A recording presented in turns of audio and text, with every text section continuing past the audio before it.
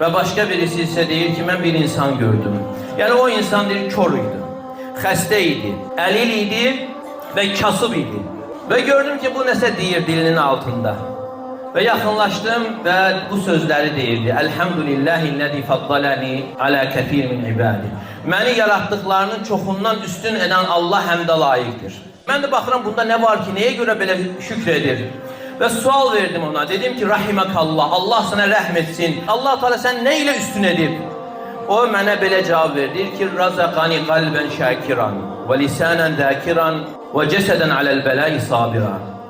Ve Allah Teala mənə şükreden kalp, zikreden dil ve musibete sabreden beden verir. Ve ona göre Allah Teala buyurur ki: "Feinneha la ta'mal absar, velakin ta'mal kulubul lati fi's sudur." Gözler kör olmaz. Kör olan sinelerdeki kalplerdir. Olabilir insanın başındaki gözler görmür. Ama kalbi Allah'ı tanıdığına göre, Allah'a şükrelediğine göre o insan kör sayılmır. Olabilir insanın başındaki gözler görür ama o insan Rabbini tanımırsa o insan əsl kör sayılır. Çünkü Allah Teala ne buyurur? فَاِنَّهَا لَا تَعْمَلْ absar. Gözler kör olmaz. وَلَكِنْ تَعْمَلْ قُلُوبُ الَّتِي فِي الصُّدُورِ.